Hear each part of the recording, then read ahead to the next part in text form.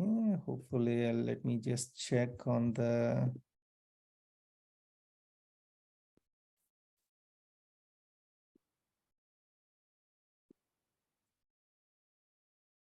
Okay.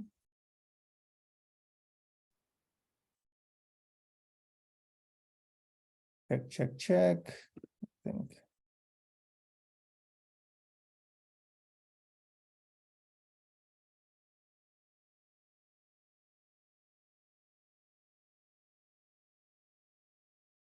Okay, highly likely we are live. Let me just see if that is true.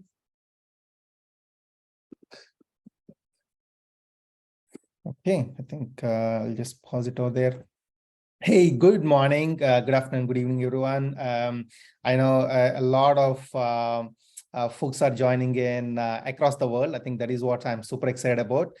First of all, let me introduce myself. I'm Suresh Madhursu, managing partner with Product Annex. We're a PLG-focused SaaS accelerator. That's who we are. And today's topic is something that is very, very dear to me personally, and then a lot of product community and startup community really wants to know. It's really about, everybody talks about you should develop these features based on the users, and all the products that we see, the startups that are there are really focused on the users, but then very often they don't know what it really means at the end of the day. I think, they will learn it eventually for sure, but we are really on a mission to see how can founders foster the culture of user-centric designs and then building products the right way. And today I'm joined by Pat.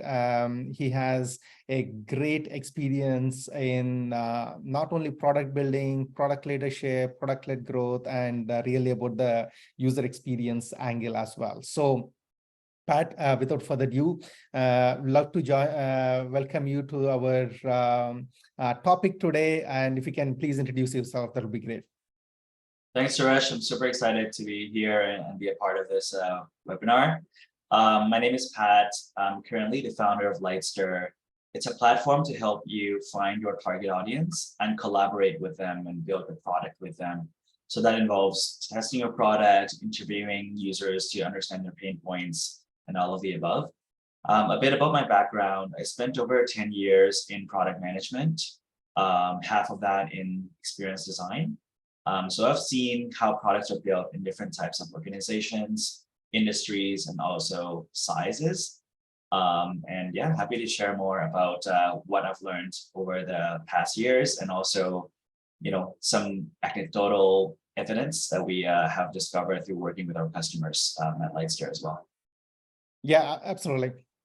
So for us to get started, let's take a step back, right? When the software in general came in, think of it really as the commercialization of the software almost 30, 40 years ago. The whole aspect of enterprise resource planning, or even CRM is slightly newer, but if you go all the way manufacturing, pharma and everything, it's like people built software to automate few things, but at the same time, the features were like combination of multiple things. It's like a bunch of features that are put out there, and then I'm sure most of us who worked or rather at least have seen, there are these bunch of these user manuals where people have to go get trained themselves on what to enter, and especially banking industry is actually known for that, right? Everybody have to be trained on what they are supposed to do. And we've gone past that. I'm sure, probably some of you may not even remember or know many of those things, which is a good thing, by the way.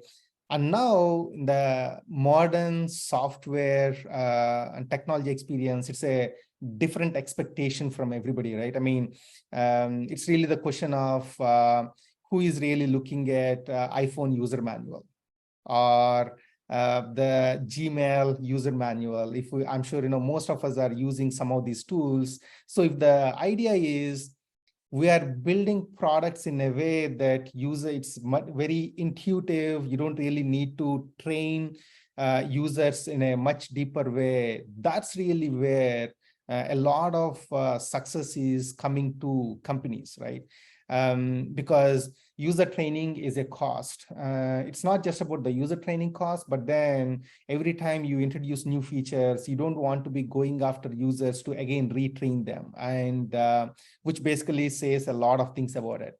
So from that context, Pat, I mean, we worked with almost 500 plus startups so far, and one theme that really comes again and again is it's easy to say build user-centric products, but what does it really mean? Can you shed some light on, I think, that notion of what does it really mean by user-centric products?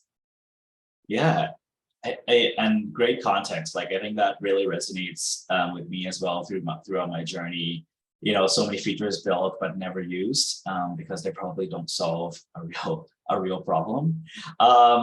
I'd say user centricity starts with really, it's a very basic concept, but it's really understanding who your users are, right, and who you're building for. And oftentimes, you mentioned you've worked with 500 startups. Like oftentimes in our work with startups as well, we find that they don't really understand how to go about identifying who their users are. They might have hypotheses of what or who they're targeting, but they don't really have a rigorous or kind of a framework to go about identifying that. And so what I would encourage startups to do in that situation is really experimenting. You might be, you might have a hypothesized audience, but I would say try to segment them in different ways. Try to check out other audiences or segments that might have some common problems with your initial hypothesis. And that might actually allow you to discover new or even better customer segments to focus on. So I would say start there. And then once you've identified a couple segments to experiment with, really observe how the problems that they have in their day, how they're going about solving those problems in the current world that they're in. And then from there, identify some of the commonalities, the patterns that you see, and step back and revisit your segments and see, hey, did I get my segments right? Do these segments really have those problems that you observed or not? So it really starts there, understanding who your customers are and what problems they really have. Right. So what you're saying essentially is to say, don't start with the technology, don't start with saying I have a great product out here, but start with the users. I mean, who are your users? What are their problems? Do they even want to solve that problem, right? There is a very famous quote that everybody, or rather topic that everybody brings in. So we go to all these supermarkets, and then we have these carts. So when you think about it, it is an age-old problem, right? For the time that we know of all these malls, the carts are there. And even today, it is the same thing. The carts get pushed onto the cars, and then people get injured with the carts and everything. But that's a very, very hard problem to solve. And if you can solve it the right way, of course, there are people willing to take it. But there are times where you want to solve, but that may not be at the highest of your list to solve the problem. So that's really the importance of when you talked about, I think, the user-centric products in a way. So Pat, one of the things that we realize is, yes, I have this problem. I identified, some of the users that I have. I'll tell you, one of the pet peeves that we have is a lot of founders would come in and say, oh, you know what, I have validated this idea with a lot of people. And then we say, okay, what do you mean by a lot of people? I mean, do you have a list of folks that you talk to? And then that lot of people will become maybe 10 or 5 at that point of time. And then we say, okay, I mean, this is good. And now who are these people really? And oftentimes it really becomes as though they are your immediate people, they are the colleagues from your work, or your family members, or maybe even within the network. So the one thing that we definitely realized is when you go to your network and talk about your idea or your product, 99% of the people would give you a positive feedback. Right? Because they don't want to hurt you, you are within the network, or even if, let's say, they provide you feedback, it would be like, yeah, I mean, this seems to be great. I mean, you should go and build it out, and see what happens, right? So the notion of the actual users itself, I think is really skewed in those early stages. So one of the things that we, keep recommending is, to your point, who are you selling to? I mean, let's just take an example of, HR software. Okay, I'm selling it to the CHROs or VP of HR, director of HR. Okay, so how many VP of HRs did you talk to? That's really what it matters, right? And now it is one thing to say, yes, I talked to a few people. They said, the product is great. It is another thing. Once you build a product, you go to the same set of people. Are they willing to put a dollar value on it, right? That's the next thing, because most often it is really like, yes, I'm really interested, this is a great product, but then are you willing to put in even $25 on the product, right? So with that as a context, I think, there are different ways where we can gather the inputs from the users. And the simplest thing that I've definitely seen is you go in, you put in the surveys, and then you gather the feedback, and probably 10, 15, 20 people, whoever that the sample size for you is. But are there any sophisticated ways that you can imagine how to collect the feedback from the users that is helpful for us? Because even designing these questions, I figured that, that is a nuance on its own, because are you asking a leading question, or are you asking an open question? I think, it really depends on what you ask to get that response. Can you throw some light on what you have seen in your experience? Yeah, Suresh, and I think you hit it right there. Like, it really is up to how you ask the question, because that determines the types of response that you'll get. So some of the rules that we advise clients to really not do is ask anything that's a yes or no response. So for example, never ask, are you going to use this? Yeah. Or is this helpful? Will you pay for this? Never ask these types of questions, because it's really easy for someone to just say, yeah, oh yeah, I will use it. Like, it's cool. But like you said, in reality, when they actually go to the shopping mall, they actually won't put it in the cart. So another thing that we advise our clients to do is to only ask about the past.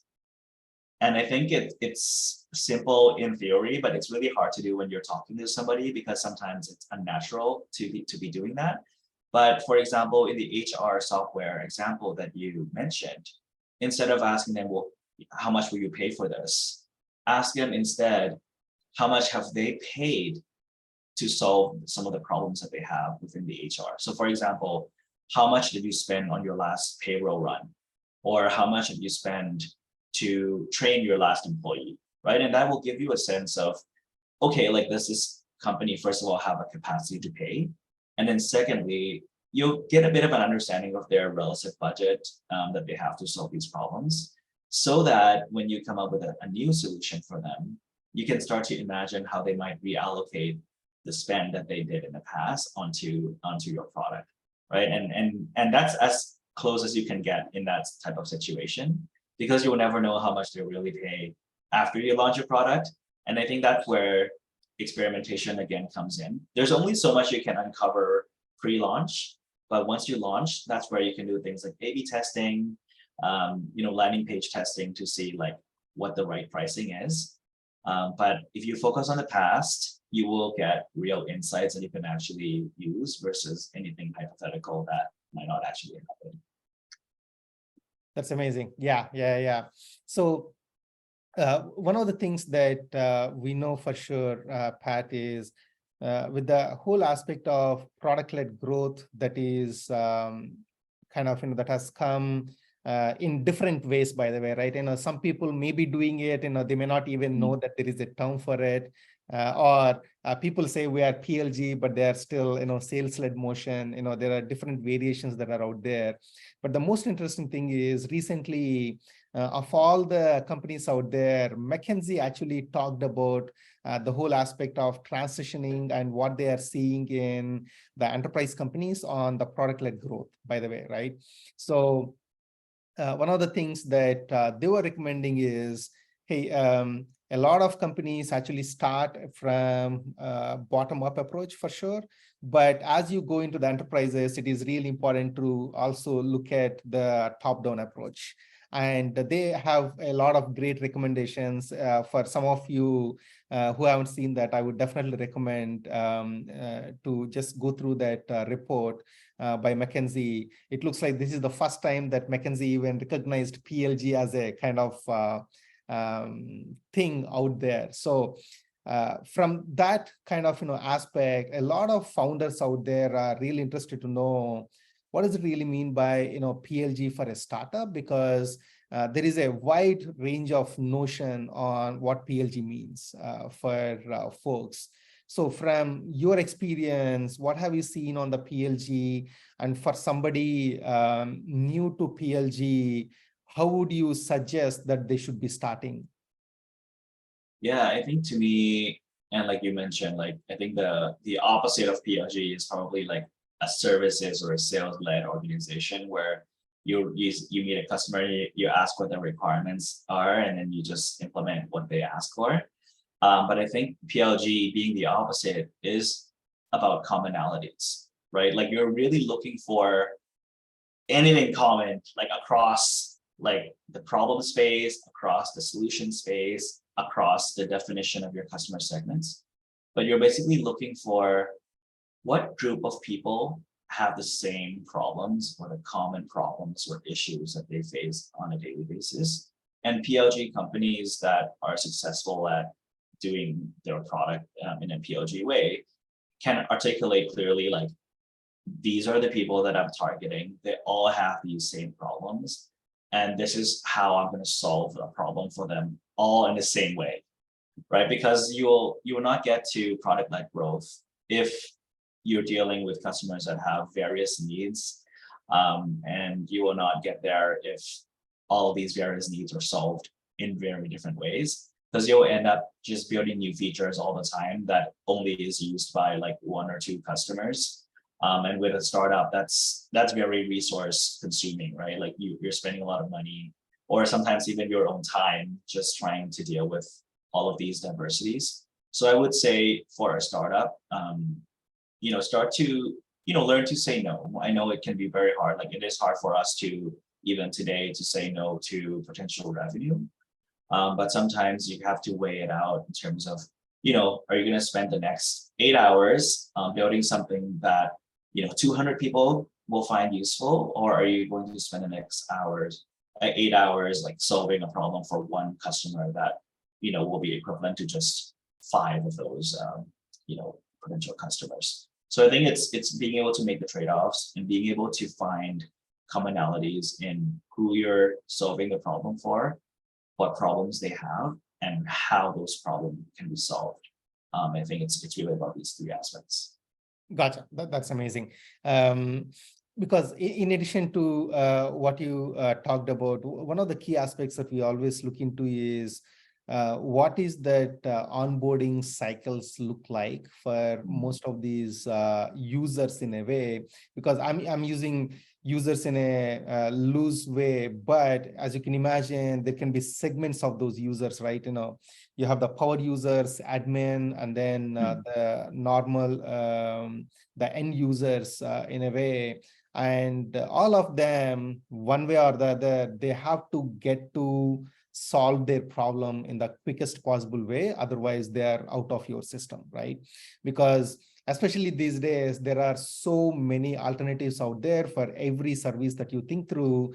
If your software is not really performing the way it should be, then especially in the SaaS scenario, it's super easy to switch to other providers and vendors. And that's exactly the power as well as the curse of the SaaS, right? Previously, I'm sure, we've all been in the enterprise scenarios where there are these vendor lock-ins. Oh, this is a 3-year contract. So whether you like it or not, you just live with it, which means whether the usage is low or high, it just doesn't really matter from the revenue point of view. But that's not the case in the SaaS, and that's really where a lot of founders should really be aware of the fact that, yes, it is easy to say, I want to go to the PLG or not, but it's really important to really understand the nuances of what does it really mean by PLG? I mean, is it you are looking at the inbounds? What is your onboarding strategy looking like? Once you get into the product, is there a aha moment that you can provide the first time itself? And those are some of the patterns that we have seen where founders definitely are looking to understand more and more, because it's not just the question of saying, yes, I have a great landing page and then there is register, sign up, there is a freemium version of it.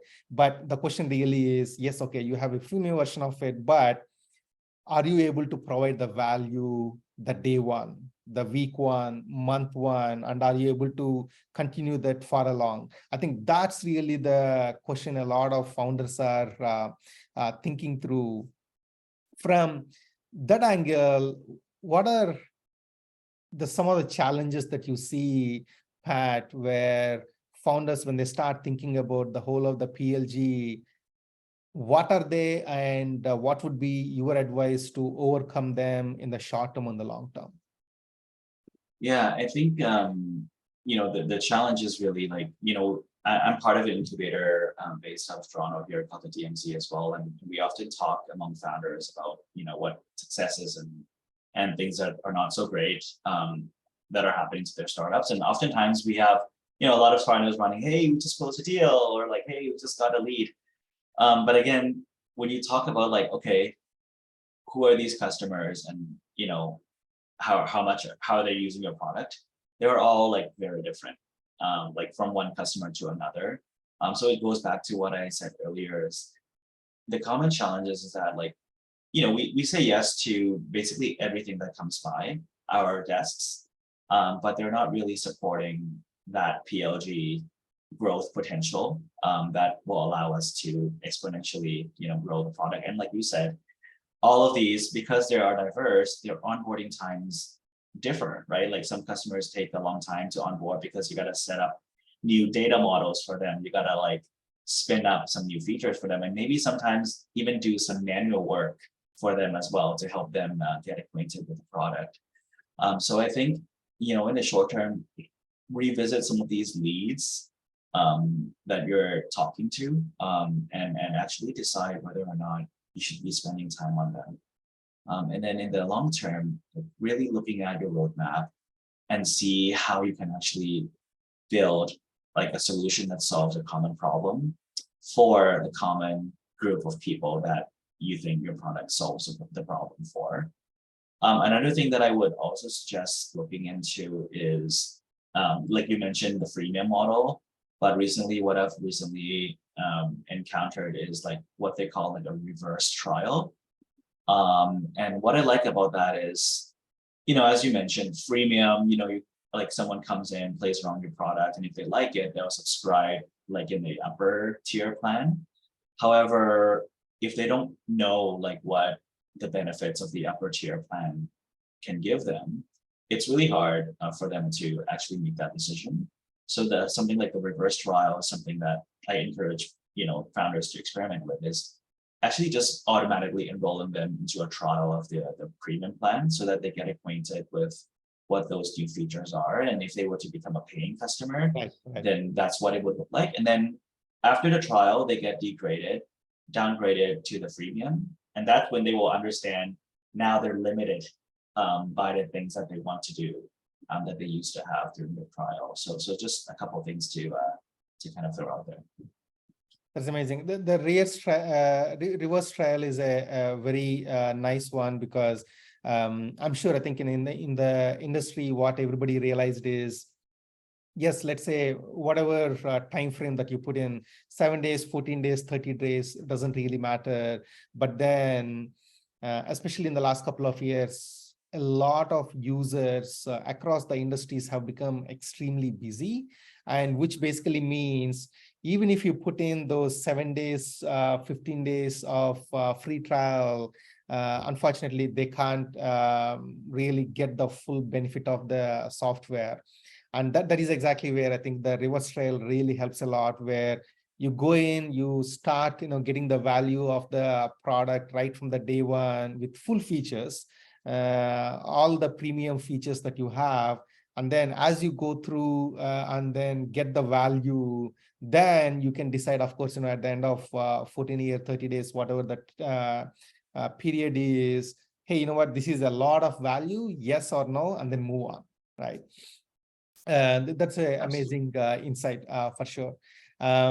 So one aspect I know, Pat, for sure is Leicester is a startup that you are passionate about. I think that's really the culmination of all your experiences that you gathered over the decade or so. I want to understand, I think, what led you to Leicester, and how can founders make use of Leicester and your philosophy in general? Yeah, thanks for that question. I think I built Lightster because I realized as a product manager or product designer, we were always sitting behind like a wall. And what I mean by that is the people that actually have direct interactions with the customer are usually the sales team members or the customer support team members. And in the product team, we're always sitting behind, kind of waiting to hear from them. And maybe like we'll hop on to listen to some of the calls that the customer success or customer support teams have with the clients. But those are not frequent because you got to go through like a process to like kind of engage and make sure they include you in the calls. So I felt that the process to actually involve customers in the process of product design or product thinking even should be more natural. It should be more fluid and flexible. So that was why we created Lightster, to allow product teams to actually have a direct connection and a direct interaction with the customers that are going to be using the product. A recent research by CB Insights actually shows that there is still a large gap between what companies want and what consumers actually want to use. And actually, when they survey the customers or the consumers, they actually indicate that they want to be involved more in the product building, because what they're realizing is it's worse for them to use something that is under or below their expectations versus spending the time to actually be involved in the process of building it. And that the same research has also shown that it increases customer loyalty as well. So the earlier you involve them, the more loyal they become to your product, and they actually become advocates or ambassadors to your product. So that's what we're enabling with Lightster. You can immediately find your target audience. You can direct message them at any time, hop on a call with them at any time as you're iterating through your product. So you don't have to, wait to hear from your customer support team, or even wait to find your own users and wait for people to say yes to talking to you, because we already have them for you on the platform. That's amazing. Pat, I know a lot of our audience is startup founders. Can you talk a little brief about how can startup founders make use of Lightster and really see how they can talk to the end users and get the feedback? Yeah, so on Lightster, we provide instant user communities. So what I mean by that is going back to like what we discussed earlier about experimentation with your customer segments. You can create multiple communities of different customer segments based on the criteria that meets your needs. So for example, you can do the criteria based on job title, demographics, or even specific behaviors. And you can create several of these communities. So if you're like an HR software, you might do one for like HR directors, another one for employees, and another one for like even like students who are looking for internships, and you can kind of explore where your product fit might be across these different segments. And because we're partners with Product 10X, and we're offering free sessions on our platform, so you can come try us out for free. And because I'm here, I'm also happy to kind of support you through that journey as well, in terms of how to set it up, and also how you might want to structure the questions for our discussion earlier as well. Absolutely. Pat, I mean, this has been a great discussion. I think, we went in a lot detail on the PLG and the user-centric aspect of it. And I'm definitely looking forward to do more of these, fun events on, especially focusing on the PLG. And until next time, thanks a lot for your time. Thanks, Suresh. I'm happy to be here, and I'm glad to be speaking to everyone. Absolutely. Thank you. Okay, bye-bye. Bye-bye.